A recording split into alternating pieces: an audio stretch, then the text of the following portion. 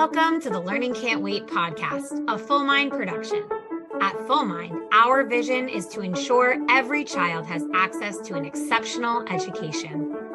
Each episode, we will be joined by pathfinders within and around the education space who are bringing about transformational change on behalf of deserving students. I am your host, Hayley Spira-Bauer. Welcome back, everybody, to the Learning Can't Wait podcast. I'm so excited to introduce you to our next guest. We have Dr. Jeremy Owoh, the Superintendent of Jacksonville North Pulaski School District. Welcome, Dr. Owoh. Hello, it's such a pleasure joining you. Thank you for having me today. I'm so honored that you're joining me in between school years, which I always feel like is a wonderful time for school and district leaders to join me because it's a good time for reflection. So hopefully we do a lot of that reflecting here today on the call. Sounds great. I'll start off by asking you to tell us all how you came to be the personal and professional version of yourself. Well, ironically, that you started the podcast off talking about reflection, because honestly, when I think about how I have arrived to the person I am today, both personally and professionally, it's through true reflection. I mean, there was a push when I first started teaching in 2002 about that self-reflection as part as the teacher evaluation.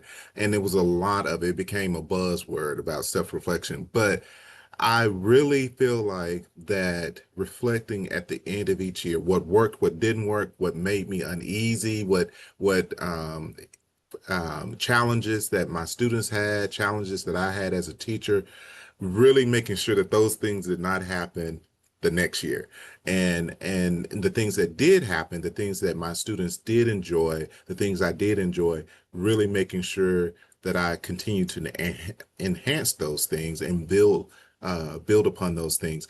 And really, even as I moved into leadership, the same thing. When I became principal, I would keep a journal saying, these are the things, if a situation like this happens again, do not do this, have a different perspective. And I actually, that's how I really develop my leadership capacity. And when I have interns, I tell them, really reflect on your previous year and the pros and the cons, the things that worked, the things that did not work, and have a game plan as you move into the next school year on how to approach those things. Because even if those same situations do not happen that upcoming year, a similar situation will arise, and you will have a better plan of action going into those situations. So, it's hard to stop and reflect very often in education because the kids aren't stopping, right? Like they just keep existing and we keep having to support and uplift and drive them forward. But like we said, summer's a really great time to do that. So what are your reflections on this past school year, and how are you carrying those reflections forward to the 25-26 school year? So Hayley, it's so ironic. It's like you are reading my mind. So one of the things, so we have been out, I think 2 weeks now, and some of the things I've jotted down in my journal, that I need to have more student voice or more opportunities to hear student voices and the decisions that we're doing. And I've always had like advisory councils or student focus groups, but this year has been even more powerful of listening to my students in all for all areas. If it's the food that's served in the cafeteria, if it's the student engagement, like the incentives, those type of things, they have more insight and realistic insight and perspective than what we give them credit for. And they look, because from my third graders all the way up to my seniors, I talked to them, second grade, and my elementary young people are more insightful than I have given them credit for. I mean, they reflect, they process and view things completely different, but with a realistic lens. And so I, at times this year, I would just listen to it and I'm like, am I really engaging in a conversation with the second grader at this level? Mm. And I realized part of my reflection at the end of this year, I need to do more of that. I need to Mm. have more student voice and be able to have their voice in my head when I make those decisions, especially if we're going to continue to take the district to the next level. You know, I love the idea of having student voice as part of the decision-making process. I've seen various ways schools have done this where they have students that sit in on a teacher interview or students that, participate in board meetings or PTAs or whatever it may be. It's challenging to co-design, right? Kids think differently, but to your point, we just have to listen and Mhm. understand what they're saying because there's always wisdom we can take from them. I'm curious, Dr. Owoh, when you think about your community, actually, let me back up. Let's talk about your community because your school district is quite unique. As I was preparing for this interview, I thought to myself, wow, I have not read of any school like this, and you confirmed for me. Jacksonville North Pulaski School District was born in unique circumstances. Can you tell everybody a little bit about the story of your community? Yes, very unique situation.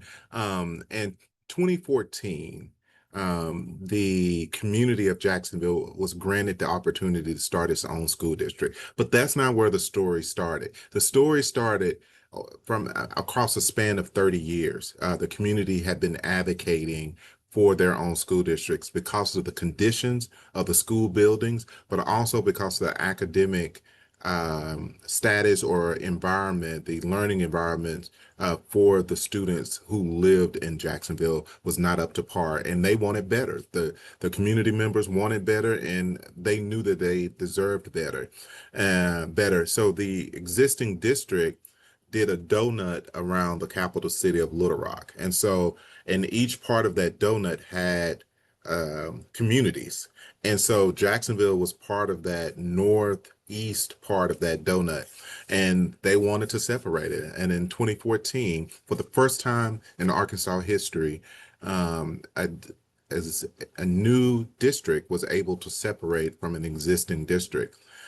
So that happened in 2014, 2015. I had a lifetime opportunity of a lifetime as an educator to join this new school district as its first assistant superintendent for curriculum and instruction.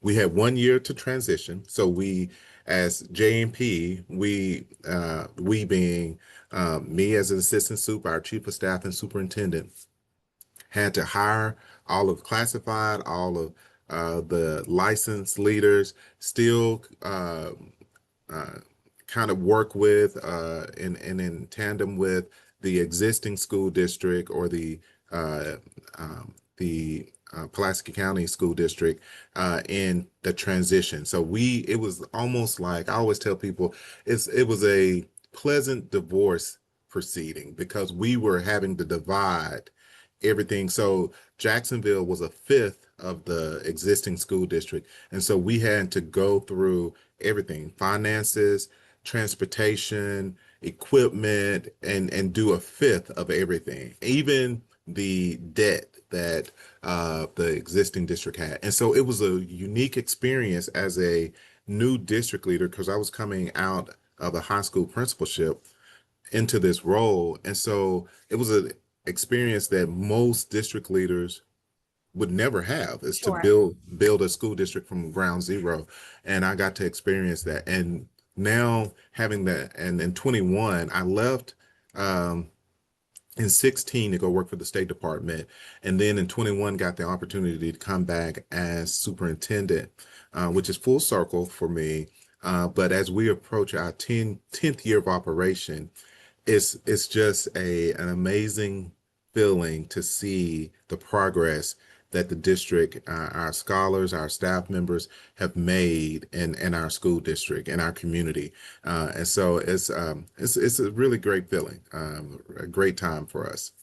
I know that in 2014, when the community made Jacksonville North Pulaski School District its own school district. You had some unique vision. You had a unique vision for what you wanted the academics to look like and the community to feel like. And you established some big change in the growth of your school. Can you think back to those days and remember what was it that you wanted to be different, and how did you implement that in a community that had a school district neighboring to them that they had just been a part of?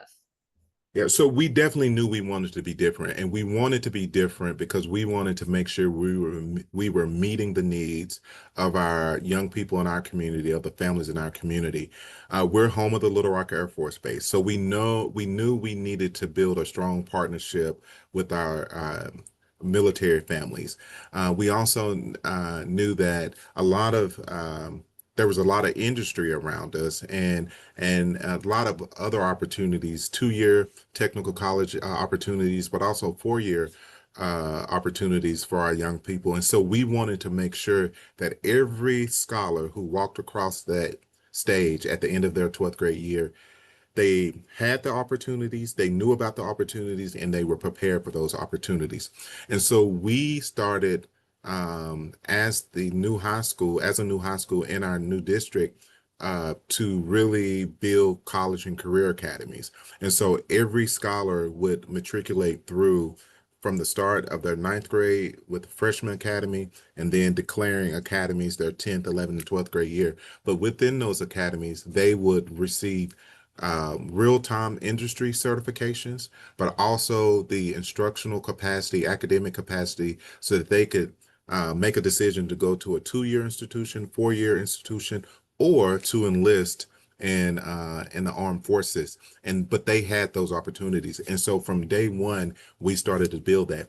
And then we were able to pass a millage, a millage tax within our community, one of the highest at that time, to be able to build new schools and to raise and have competitive teacher salaries. And the community supported that.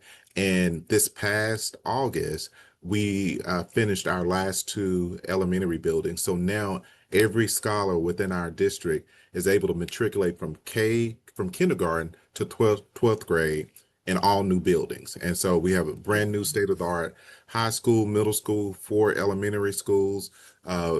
We've just opened a Titan Health Center where we provide school-based health services within our school district. So students don't have to be checked out of school to get those medical needs that they have. Staff members do not have to take off from work to go to the doctor. They can go to the health center. And so we have from day one started to look at any type of possible roadblocks or barriers, to remove those so that our students have a world-class education.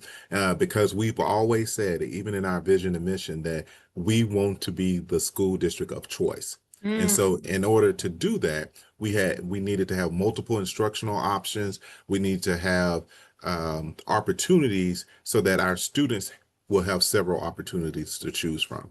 And so, one of our pathways is the culinary pathway, but it's just not culinary. We have a student operated restaurant that's open to the public, and our students work the front of the house and the back of the house, and they're able to actually learn those skills, and then are eligible to go to culinary school or our local hospital, Unity Health. We have a partnership with them. Because of the certifications that our young people receive by the time they graduate, they're able to go straight into a position for a dietitian position at the hospital. And so creating pathways and opportunities like that was part of our mission from day one. That is incredible. Yeah.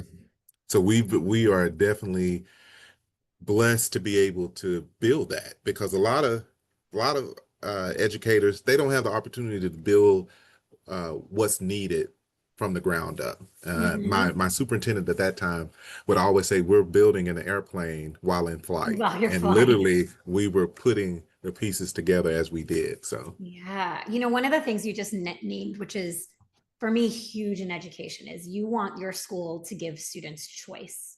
They will have the opportunity to make a choice about their future. Yes. And it is, so often that we see in education that we're just trying to get to the finish line, but getting to the finish line with kids where they have multiple pathways in front of them is such an exciting vision for education. And yours sounds like you're living it down there in Arkansas. Yeah, I mean, it's a very, as superintendent, I would say I'm blessed and fortunate to be able to be in a position to provide those choices, those opportunities for choices for our young people. Because the community, my school board, we're all in support and on the same page with providing this type of instructional environment for our young people. I know folks can't see Dr. Owoh's face, but there's a lot of smiling happening. It's clear how proud you are of the community that you've been a part of building since 2014. And I can understand exactly why. You know, this is not the only hat you wear, though. And last year, you were announced as the new joint president of ASCD and ISTE. So tell us a little bit about that role and what that means to you, and how you bring what you've learned in Jacksonville to the leadership you have as president of ASCD and ISTE.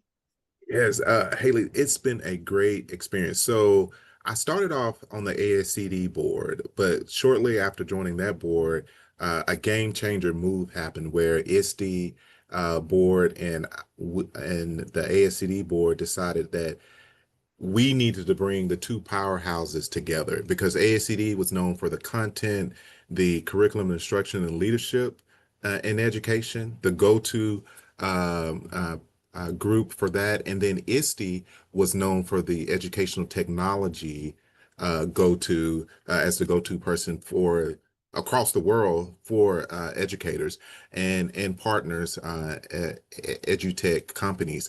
And to bring those together, and I would tell Richard, our CEO, was a game changer because as superintendent, those are my two houses. I'm bringing together my technology side to my curriculum side, and they should have always been communicating. And so to be part of that work, one, that merger, and then to be the first president of because we've had co-officers, and so I'm fortunate to be the first president of the combined organization.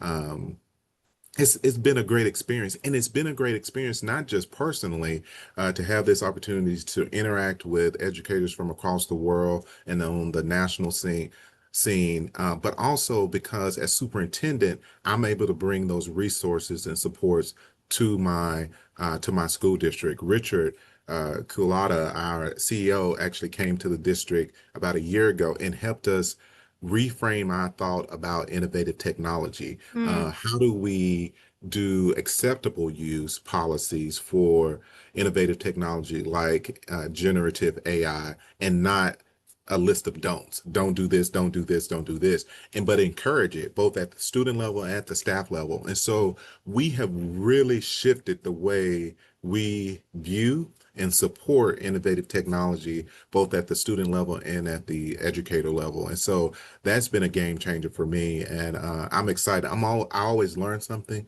at ISTE Live and ASCD Annual. And this is the first year we're actually having the two conferences together in the same location. And so in about a week, it jump starts. And so I'm excited about that experience. And I continue to grow as a leader. And for me as an educator, I always tell people, learning doesn't stop. You don't stop growing even when you become superintendent. Because if you want to continue to move a district forward, you have to continue to learn and be open to new ideas and new ways of doing things.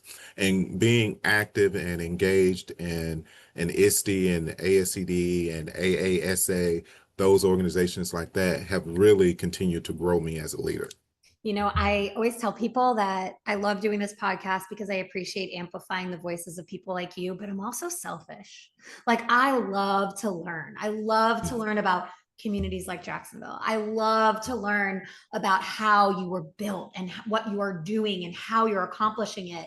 So I don't know if you feel that way, but I hear you talking about how much learning you get out of the experience. And I'm okay with being a little selfish because I get to amplify the voices of people like you. And I appreciate that because, we started the podcast about reflection. And when I have the opportunity to participate in engagements like this and podcasts, it helps me reflect and it makes me reflect Right. of all the successes and the really great work our young people and our team members have done and continue to do. And so it's always a more therapeutic type situation for me because it's like we are doing Amazing. great work. So Amazing. Well, tell me, because I know you're speaking at ASCD in Ghana in July. What are you speaking on at that conference? I'm so excited what your guests or your audience members are going to learn. right. So my first international speaking engagement, and so I'm excited about that. And a lot of people don't know this. My dad's family is from Nigeria, and so I'm going to actually be 2 states over from where my dad's family was born, and so that's exciting as Amazing. well. But I have the opportunity to speak at ASCD's Ghana's International Educator Summit on the power or the impact transformational leadership has on teacher capacity, but also student learning. And so I'm just going to talk about just innovative technology and how leaders, um, the importance of leaders supporting the work of our educators as they support the work of our young people.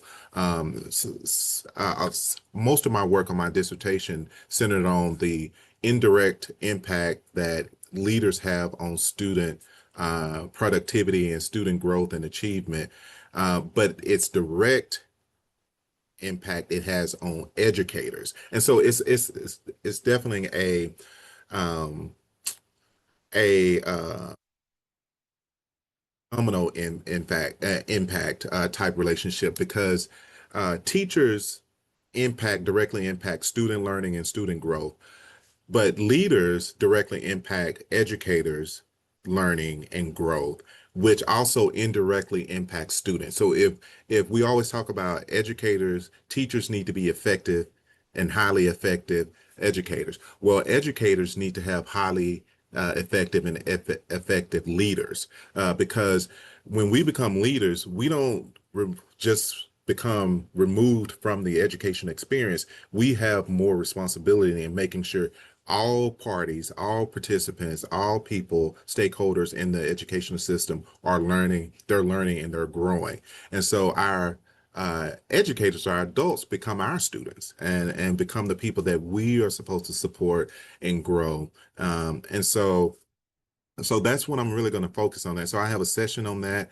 I'm going to serve on a panel, and then I'm providing inspiration one day as well for educators who are coming, literally coming from across the world. So that's going to be exciting to share my story as an educator, as a leader, but also and really sharing it transparently, the ups and downs, but also the growth and the impact that I've been able to have over the years as an educator. So, You know, you spoke a truism there that I really feel is important, which is, great teaching matters. Of course, instruction has to be rigorous and it has to be high quality and it has to be personalized. And great schools can't be great without great leadership. And so, mhm. there's really many statistics about how teacher turnover is high when the people don't trust their leader, and nothing impacts students more than teacher turnover because the consistency of having a teacher in a community is so important. I appreciate the vantage point at all levels that you're sharing in July in Ghana. I wish I could be there to hear it, but it really speaks volumes to how you're thinking about the whole system, and I appreciate that. Thank you. Dr. Owoh, I'm wondering what advice you would give a teacher who's starting their career today.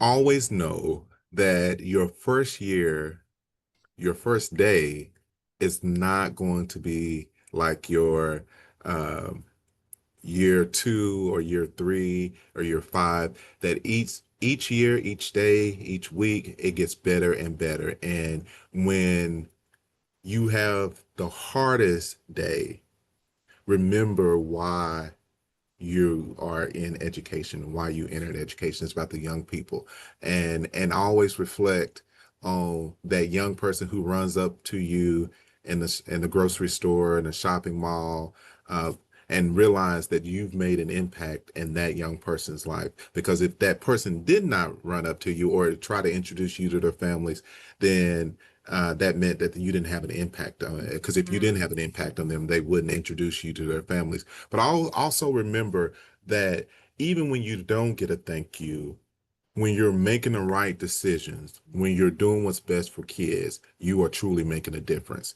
And it never fails. It may be a year, it may be 5 years, maybe 10 years, but you're going to hear about the impact that you've made. And so, and know that it's always a learning experience. And so you're not going to be perfect. You're not going to be a perfect educator. You're not always going to make the right decisions. But the same grace that you want as an educator, give that same grace to your students, because they are also learning too. And the whole premise around education is that we're teaching those critical thinking skills. We're teaching them those soft skills. So as our young people grow, our educators are growing, and so all of us need the same type of grace. And never forget that. You know, Dr. Owoh, your impacts, as you speak about impact on the community level, but also on the global level, is so significant. I feel really awed and honored that I had this time with you today, in which you shared just a little bit about what you're doing and how you're doing it. Thank you so much for being on the podcast today.